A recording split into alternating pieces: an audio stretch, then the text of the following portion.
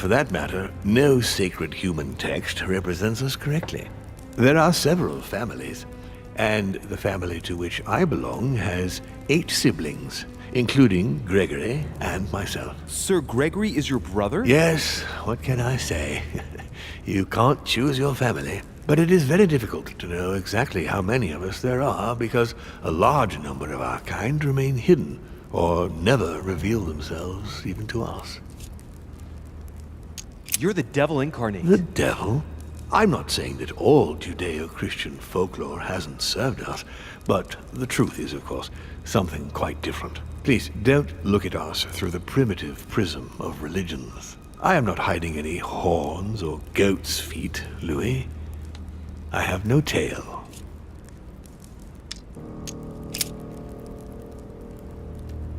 And you truly have the power to manipulate the thoughts of men. That's right. Every demon has the capacity to infiltrate the minds of men and to read and steer their thoughts. And what do you do with this power? We help them, of course. Of course you do. And you expect me to believe that, I suppose. Louis, demon is just a word. It all depends on what exists beneath the surface. I understand that this isn't easy. The culture of men is centered on the fact that demons are responsible for all the evils on Earth. But if it's the same in every single culture, then maybe there might be something to it, don't you think? Certainly there is something to it. Control. Man has spent his existence wishing to believe in the supernatural and imposing his belief on others. What could be more convenient for manipulating the masses? A perfect, inaccessible being and a plethora of demons in every one. The perfect idea to relieve men of all responsibility while still finding them guilty.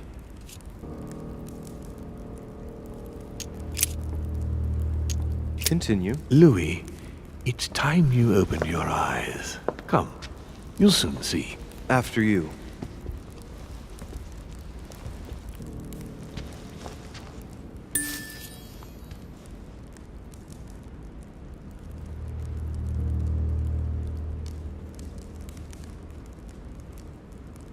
Did what happened to Elizabeth Adams have anything to do with you? Unfortunately, the poor girl became an issue between us, in spite of herself. A family of demons is still a family, and as in all families, there are disputes. Elizabeth's family, the Adams, has always been under the patriarchal control of my father. As he and myself are not really on very good terms, sending poor Elizabeth here was terribly rude of him, really. You did accept, though. No, I would say rather I was presented with a fait accompli by Gregory and went along with the intention of helping her. But this is my castle, and everyone is the master of their own home. The voice in Elizabeth's head. It was you. It was my father, to be precise. So, von Borchert, he was looking for the Al-Azif for you. Exactly. Al-Azif has always belonged to my family, Louis, and with good reason. My father wrote much of it. Can you tell me what you've done with... What, you mean the Al-Azif? No, I already know that.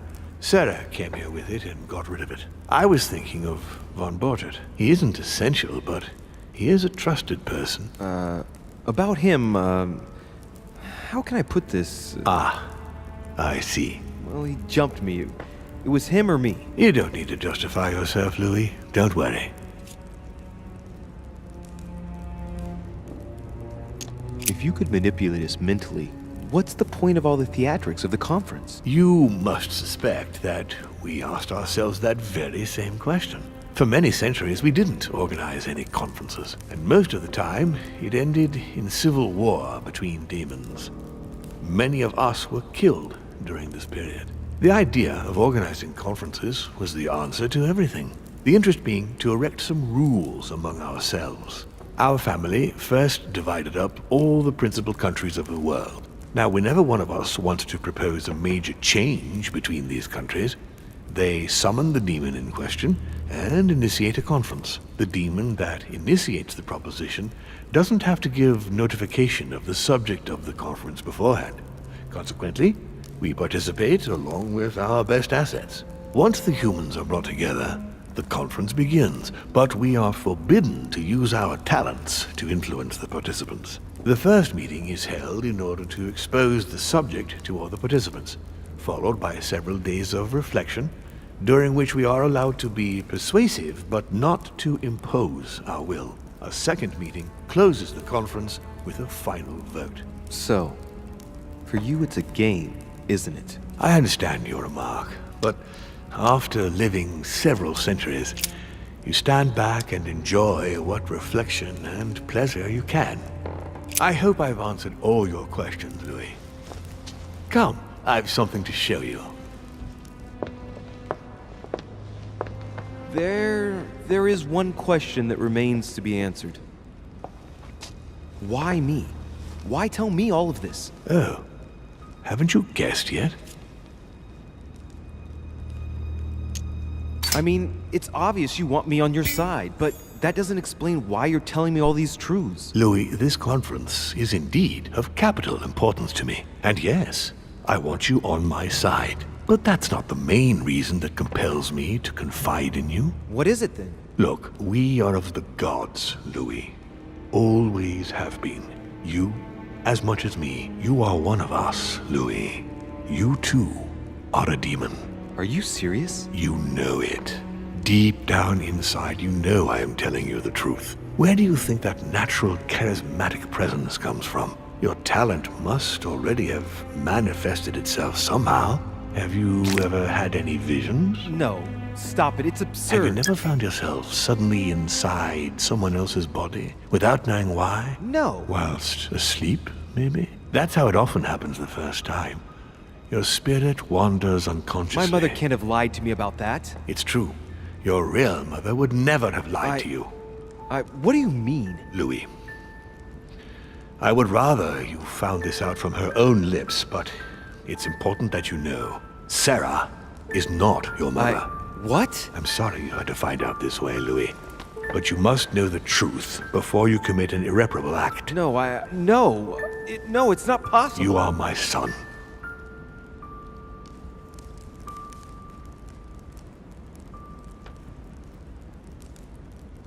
Not too shaken up. You've experienced many significant events since your arrival.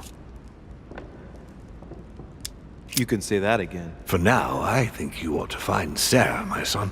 You ought to talk things over with her. So she's been lying to me all along? Let her justify herself. What's done is done. Sarah must explain herself. You must clear the air. We'll have all the time we need to talk afterwards. But all in good time. Before you join her, I'd like to give you something. As a demon, I would like to introduce you to your first talent. What do you mean? Open your mind, my son. Relax. You hold immense power. It's already there inside you. Empty your mind of all thoughts. Just let me show you the way. I should relax. Open your mind. Hear my voice. Feel the vibrations and listen to what has been happening to you deep inside, but which you have been concealing. Trust yourself. It's all already in there. I can hear something. Now breathe. It's a sound, very faint. That's right. Concentrate on it. My voice is growing fainter, but I am here. Whispers, words, mixed voices. Focus on one of them. Don't be afraid. I sense a stream. Some words are clear, but not all of them. Let them enter into your mind. I hear them. Now I can hear a clear voice. Well done, Louis. Congratulations. What was it? You are now able to read people's minds. What? You heard me. From now on, whenever a human speaks to you, you will be able to read their current thoughts. So, if you need to know something in particular from someone, all you have to do is make them think about it.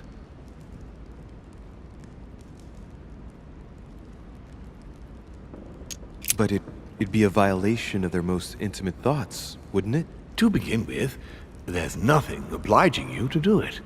You already had the ability without even knowing it. I just gave you the option of putting it into practice if you want. Moreover, it would be wrong to evoke morality here. Every species is different, Louis, and this is the way we are made. That's all there is to it.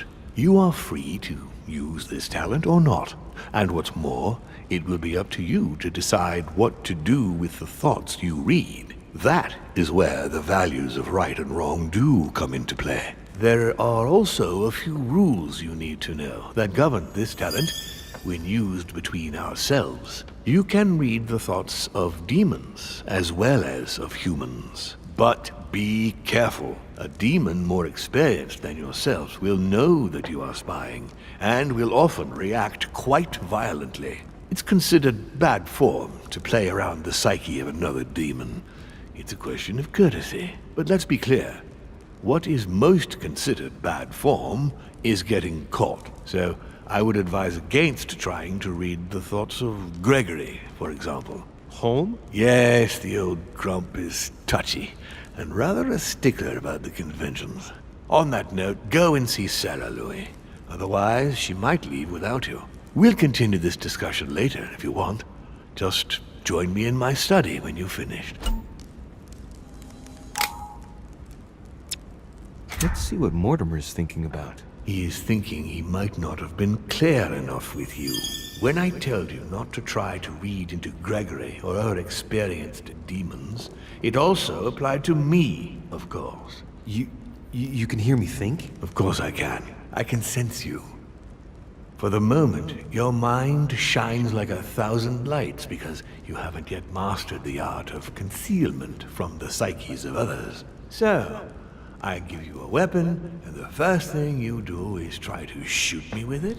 If my intentions were evil, you would already be at my mercy. So be very careful on whom you use the talent. All right. On that note, I'd better be going. I'm expected. One more thing. If you want to know the truth about your birth, ask her about Paris, 1763, at 12 Rue des Martyrs. That's where she disemboweled your mother to steal you from me.